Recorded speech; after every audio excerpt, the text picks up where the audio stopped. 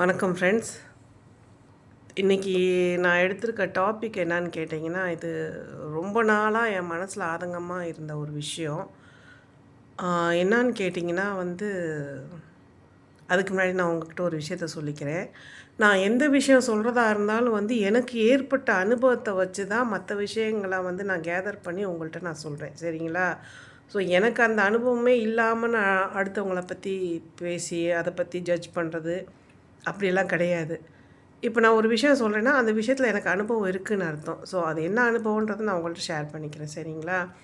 இப்போ நான் இன்றைக்கி பேச போகிற ஒரு விஷயம் என்னென்னா, நம்மளுடைய சிஎம்கிட்ட ஒரு பெரிய ரிக்வெஸ்ட்டு. இது மேபி லேடீஸாக இருந்தாலும் ஃபேமிலியில் இருக்கவங்களா இருந்தாலும் என்னை அடிக்கிறது கூட வரலாம். அந்த மாதிரியான ஒரு டாபிக் இது. அந்த மாதிரியான ஒரு ரிக்வெஸ்ட்டு. என்னான்னு கேட்டிங்கன்னா, அபார்ஷனை லீகல் ஆக்கணும் அப்படின்ற ஒரு விஷயம். இது தாழ்மையான ரிக்வெஸ்ட் இது. இது நம்மளுடைய நாட்டில் பேண்டா என்னான்னு தெரியல. ஆனால் நம்ம தமிழ்நாட்டில் அபார்ஷன் பண்ணுறது இல்லீகல். சில டைம் சில இடத்துல பெண் குழந்தையா ஆண் குழந்தையான்னு பார்த்து சொல்கிறதுக்கு அது இல்லீகல்னு சொல்லியிருக்காங்க. அது உண்மைன்றது தெரியும். பட் பொதுவாகவே அபார்ஷன் இல்லீகலுன்றது நம்ம நாட்டில் நடைமுறையில் இருக்குது. அது எந்த அளவுக்கு உண்மைன்றது எனக்கு தெரியல. இது நான் எனக்கு ரொம்ப சின்ன வயசில் கல்யாணம் ஆகிட்டதுனால எனக்கு ஃபஸ்ட்டு இப்போ ஒரு பெண் குழந்த பிறந்துருச்சு. அதுக்கப்புறம் அந்த குழந்த பால் குடிச்சிட்ருக்கப்பே ஒரு 6 மாதம் இருக்கிறப்பே எனக்கு வயிற்றில் குழந்த நின்னது எனக்கு தெரியல. இந்த இப்போ மாதிரி இது டேட்டெல்லாம் எழுதி வைக்கிறாங்க. என்னோட சின்ன பொண்ணெல்லாம் கல்யாணம் பண்ணி வந்ததுக்கப்புறம் டேட்டெல்லாம் எழுதி வச்சாங்க. செவுத்தில் கிறுக்கி வைக்கிறாங்க. நான் தொடச்சிக்கிட்டே இருப்பேன். அதுக்கப்புறம் தான் நான் சண்டை போடுறப்ப நீ நான் அந்த தொடச்சி க்ளீன் பண்ணுறேன், நீ செவுத்தில் கிறுக்கிட்டே இருக்கிறேன்னு சண்டை போடுறப்ப தான் நான் டேட் ஆகிறத எழுதி வைக்கிறேன். அப்போ தான் வயிற்றில் குழந்த நின்னா தெரியும் அப்படின்றத தகவல் அவங்க சொல்லி தான் எனக்கு. ஏன்னா அந்தளவுக்கு நான் ரொம்ப இன்னசென்ட்டாக இருந்தேன். அவ்வளோ சின்ன வயசில் நான் கல்யாணம் பண்ணிட்டேன். அதனால் எனக்கு அவ்வளோ விவரம் கிடையாது. அதனால் சரி இப்போ தான் இந்த குழந்த சின்ன குழந்த அபார்ஷன் பண்ணலான்னு சொல்லிட்டு எங்கள் ஃபேமிலியில் முடிவு பண்ணி போகிறப்ப அது கூட எனக்கு எனக்கு எப்படி தெரியும் அப்படின்னா நான் ரொம்ப நாளாக தலைக்கு ஊற்றலை அப்படின்ற மாதிரி சொல்கிறப்ப அந்த அப்போல்லாம் ஆயா மாதிரி நர்ஸு மாதிரி வருவாங்க வீட்டுக்கு. குழந்தைங்க இருக்குதா, குழந்தைக்கு ஃபீவர் ஏதாவது இருக்குதா, மாசமாக இருக்கீங்களா அப்படின்னு கேட்டு வருவாங்க. ஸோ அந்த மாதிரி வர்றப்போ அவங்கள்ட்ட நான் ரொம்ப நாளாக தலைக்கு ஊற்றலை அப்படின்றத சொல்லவுமே அவங்க செக் பண்ணிவிட்டு, நீ மாசமாக இருக்கிற, நீ போய் ஹாஸ்பிட்டலில் போய் செக் பண்ணு அப்படின்னு சொன்னாங்க. ஸோ அதுக்கப்புறம் தான் நான் மாசமாக இருக்கேன்ன்றதே எனக்கு தெரியும். இப்போ என்னோடய பையன் பிறந்து அவனுக்கு 36 வயசு. அது வேறு விஷயம்னு வச்சுக்கோங்க. சரியா? ஜனவரி அவனுக்கு 36 வயசு. ஆனால் அப்போ நான் சாரி அப்போ நான் அபார்ஷனுக்கு ஒவ்வொரு ஹாஸ்பிட்டலாக போகிறப்ப நாட்டு வைத்தியத்தில் டேஞ்சராக ஒரு விஷயம் சொன்னாங்க. அது எனக்கு பயம். ஏன்னா நான் இதுக்கு முன்னாடி அந்த மாதிரி அபார்ஷன்லாம் பண்ணது கிடையாது. அதனால் எனக்கு அவங்க சொல்கிறப்பே எருக்கங்குச்சியை உள்ளே வைப்போம் அப்படின்னாங்க. எனக்கு அதை கேட்டோடனே எனக்கு பயம். நான் பண்ண மாட்டேன் அப்படின்ட்டேன். சரி ஹாஸ்பிட்டலுக்கு போகலான்னு சொல்லிட்டு சென்னை ஹாஸ்பிட்டலுக்கு வந்தோம், எக்மோர் ஹாஸ்பிட்டலுக்கு. அங்கேயும் 4, 5 மாதம் ஆயிடுச்சு, பண்ண மாட்டோம் அப்படின்ட்டாங்க. சரி இந்த குழந்தை சின்னதாக இருக்குது, நம்மளுக்கு வசதி வாய்ப்புகள் இல்லை, இது பெற்றதே நம்ம ரொம்ப கஷ்டப்பட்டு பெற்று வளர்த்துக்கிட்டு இருக்கோம், இன்னொன்று எப்படி நம்ம என்ன பண்ணுறது அப்படின்னு நாங்கள் யோசிச்சுட்டு இருக்கிறப்ப என்னோடய உடன்பிறப்பு என் கூட இருந்தாங்க அந்த டைமில். அப்படி நாங்கள் யோசிச்சுட்டு நின்றுட்டுருக்கப்போ ஒரு கம்பவுண்டர் என்ன பண்ணாருன்னா, நீங்கள் போய் டாக்டர் நர்ஸு காலில் விழுவுங்க, நான் இந்த மாதிரி தப்பு பண்ணிட்டேன், ஏதாவது பண்ணி இதை கலைச்சி விட்ருங்க, என் லைஃப் வேஸ்ட் ஆகிரும் அப்படின்னு சொல்லி நீங்கள் போய் ரிக்வெஸ்ட் பண்ணுங்கள், அவங்க பண்ணுவாங்க அப்படின்னு சொன்னார். ஸோ எனக்கு அப்போ தான் எங்களுக்கு ஓ நம்ம ஏதோ தப்பான வழியில் போயிட்டு அபார்ஷன் பண்ண வந்திருக்கோம் அப்படின்ற மாதிரி இவர் நினச்சிட்டு நம்மளை சொல்கிறாரு அப்படின்றது அப்போ தான் உரைச்சிச்சு. ஐயோ வேணாம், நான் அபார்ஷனே பண்ணிக்கல, நான் இந்த குழந்தைய பெற்றுட்டு நான் ஆப்ரேஷன் பண்ணிக்கிறேன் அப்படின்னு சொல்லிட்டு அதே மாதிரி என் பையன் பிறந்ததுக்கப்புறம் நான் ஆப்ரேஷன் பண்ணிட்டேன். ஸோ இது ஒரு ட்ராக்கு விட்ருங்க இல்லையா? இது என்னோடய அனுபவத்தை நான் சொல்கிறேன். இப்போ நான் ஏன் லீகல் பண்ணணும் அப்படின்னு சொல்லி கேட்குறேன் அப்படின்னா, இப்போ லிவிங் அப்படின்ற கல்ச்சர் நிறையா பரவிக்கிட்டு இருக்குது. ஸோ ஆணோ பெண்ணோ வேலைக்கு போகிற இடத்துல அவங்க லிவிங்கில் இருக்கலாம் அப்படின்ற பர்மிஷன் கொடுத்ததுனால அவங்கவுங்க லிவிங்கில் இருந்துக்கிறாங்க. ஏன்னா அப்போ மாதிரி சீக்கிரமாக கல்யாணம் பண்ணுற அந்த கல்ச்சர்லாம் மாறிடுச்சு. இப்போ 25, 30 வயசு வரைக்கும் கல்யாணம் பண்ணாமல் ஜாதக கோளாறு அது இதுன்னு ஏதோ ஒரு ரீசனுக்காக கல்யாணம் பண்ணாமல் இருக்கிறாங்க. ஸோ அவங்களுடைய தேவையை பூர்த்தி பண்ணுறதுக்கு இந்த மாதிரி லீகலாக ஒரு லிவிங் கெதரில் இருந்துக்கிறாங்க அவங்க. ஸோ அது வந்து தப்பு கிடையாது. நீட் அவங்கவுங்களுக்கு உள்ளது. என்னோட பிரச்சனை என்னான்னா, இந்த நாட்டோட பிரச்சனை என்னன்னா, நிறைய இடத்துல வந்து குழந்தைய வந்து பெத்து யாருக்கும் தெரியாம குப்பையில தூக்கி போட்டுர்றாங்க. சமீபத்தில் கூட ஒரு வாரத்துக்கு முன்னாடி வந்து ட்ரிப்ளிகேன் நினைக்கிறேன் பப்ளிக் பாத்ரூமில் வந்து குழந்த அழுகுற சத்தம் கேட்குதுன்னு சொல்லிட்டு அங்கே இருக்கிற அ, வேலை பார்க்குறவங்க போய் பார்க்குறப்ப குழந்த தொப்புள் கொடியோடு அழுதுகிட்டு கிடந்ததை தூக்கிட்டு ஹாஸ்பிட்டலுக்கு ஓடினாங்க. இது எத்தனை பேருக்கு இந்த நியூஸ் தெரியும்னு தெரியல எனக்கு. ஆனால் இது வந்து இந்த நியூஸ் வந்து எல்லா இதுலேயுமே வந்துச்சு, இந்த மாதிரி நடந்துருச்சு அப்படின்னு சொல்லிட்டு. ஸோ இதனால என்ன ஆகுதுன்னா வந்து இல்லீகலாக பிறக்கிற குழந்தைங்களுக்கு வந்து ஆதரவு இல்லாமல் அதுங்களை ரோட்டில் போடுறது, காவாயில் போடுறது, சாக்கடையில் போடுறது, நாய்ங்களை கடிக்க விடுறது, இல்லை காட்டுக்குள்ளே தூக்கி போட்டு ஏதோ ஒரு மிருகம் சாப்பிட்டுட்டு போகிறது கொஞ்சம் கஷ்டமாக தான் இருக்குது. இருந்தாலும் அதை பற்றி நம்ம பேச வேண்டியது இருக்குது.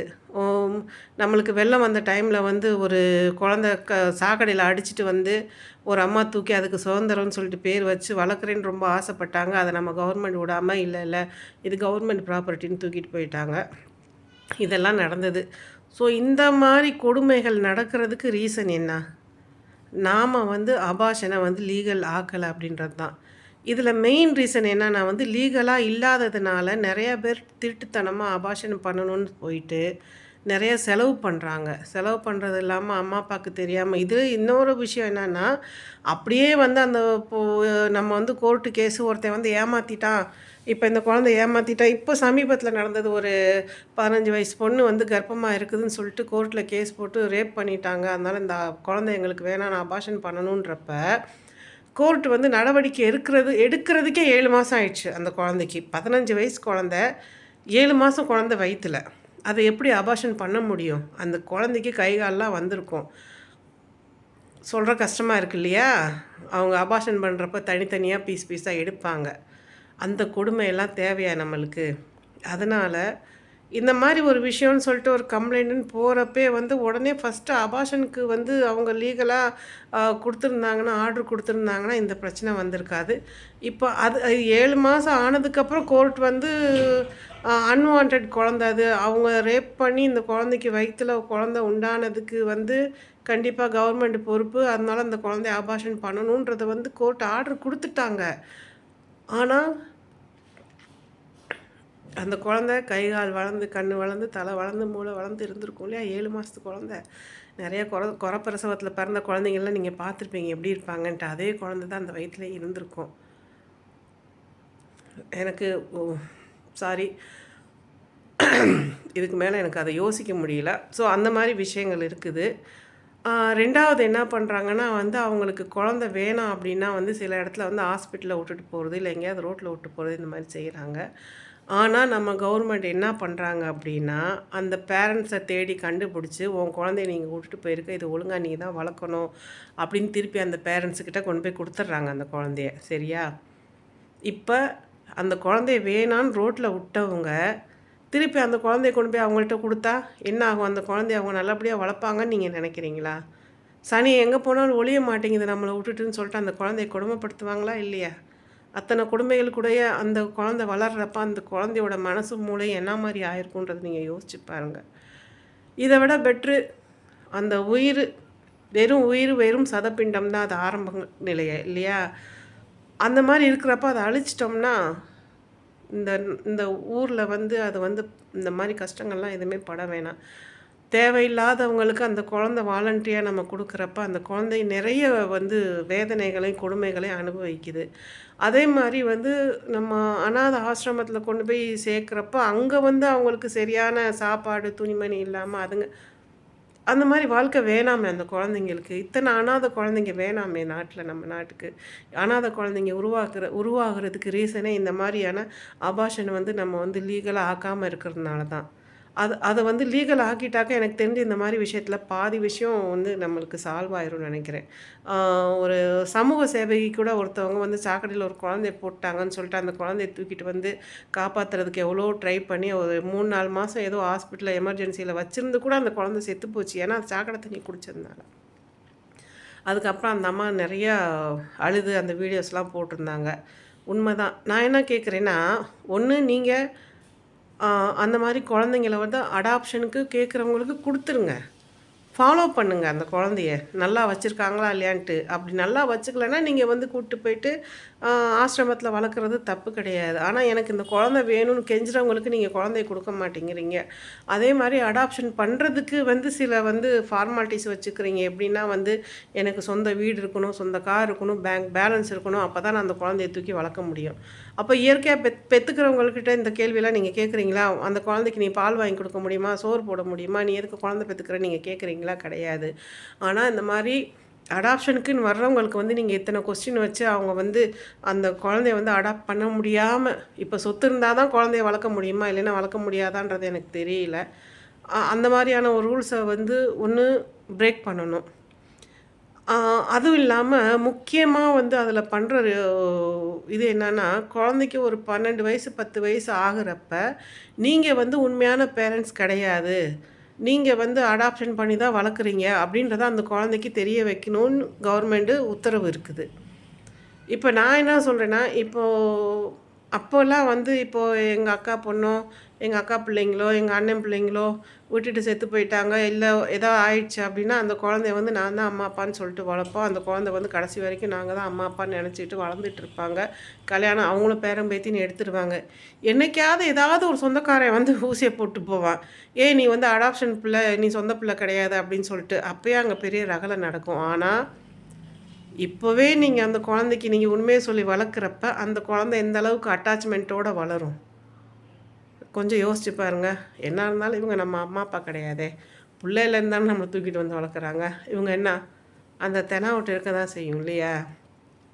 பற்றுதல் வராது. பாசம் வராது. பெத்தவங்களுக்கு வேணா சாரி அடாப்ஷன் பண்ணவங்களுக்கு அதாவது எனக்கு அடாப்ஷன் எப்படி சொல்றதுன்னு தெரியல.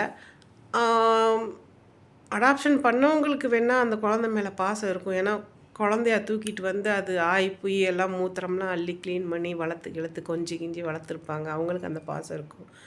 ஆனா, அந்த குழந்தைக்கு இவங்க நம்ம பேரண்ட்ஸ் கிடையாதே! நம்ம ஏன் இவங்க சொல்றத கேட்கணும்? அந்த மாரி தானே வளருவாங்க.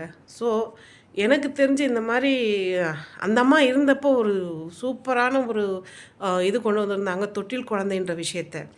அந்த தொட்டில் குழந்தை எப்படின்னா, நீங்க அங்க கொண்டு போயிட்டு போட்டீங்கனாக்க, நீங்க அம்மா, அப்பா யார், எங்க இருக்கிறீங்க, ஏது இருக்கீங்க, எந்த கேள்வியும் கிடையாது. அந்த குழந்தைய அவங்க எடுத்து வச்சு வளர்த்துக்கிட்டு இருந்தாங்க. தொட்டில் குழந்தை. அது நல்ல விஷயம் எனக்கு தெரிஞ்சு. அந்த விஷயத்த நீங்க திருப்பி இப்போ கொண்டு வந்தா கூட எனக்கு சந்தோஷம் தான். இல்லையா? ஆனா ஆனா இப்போ வந்து என்னன்னா, ஒரு குழந்தைய தூக்கி போட்டு போனாங்கன்னா, அந்த குழந்தையோட அம்மா, அப்பா எங்க அவங்களுக்கு டெலிவரி ஆச்சு, எந்த ஹாஸ்பிட்டல் ஆச்சு, அவங்க அம்மா, அப்பா யாரு, இதெல்லாம் தேடி கண்டுபிடிச்சு நீங்க அந்த குழந்தைய கொண்டு போய் அவங்க கிட்ட ஆல்ரெடி அவங்க கொலை பண்ண முடியாம ரோட்ல விட்டாங்க. அத தேடி கொண்டு போய் நீங்க குடுக்குறப்ப என்ன ஆகும்? நீ வந்து நீ தான் வளர்த்தாகணும்னு சொல்லிட்டு, நான் இல்லைன்னா உன்னைய ஃபாலோ பண்ணுவேன்னு சொல்லிட்டு அவங்கள மிரட்டி அந்த குழந்தைய வளர்க்க சொல்றப்ப, அவங்க எப்படி அந்த குழந்தைய நல்லபடியா வளர்ப்பாங்க? அப்படி எப்படி நீங்க உறுதியா எடுத்துக்கலாம் நீங்க? இது கொஞ்சம் இது வந்து எனக்கு ரொம்ப நாளா என்னோட மனச வந்து குடையிற விஷயம். இதுக்கு யாராவது பதில் சொல்லுங்களேன். இந்த அபார்ஷன வந்து லீகல் ஆக்கலாமா? வேணாமா? அத லீகல் ஆக்குனா என்ன பிரச்சனை வரும்? இல்லீகலா இருந்தா என்ன பிரச்சனை இருக்கு? அப்படின்றத நீங்க சொல்லுங்க. ஓகேங்களா? இதுக்கு மேல நான் இந்த வீடியோ ரொம்ப லென்த்தா போய்க்கிட்டு இருக்கும். நான் அந்த அளவுக்கு புலம்புவேன். அதனால வேணாம். நன்றி.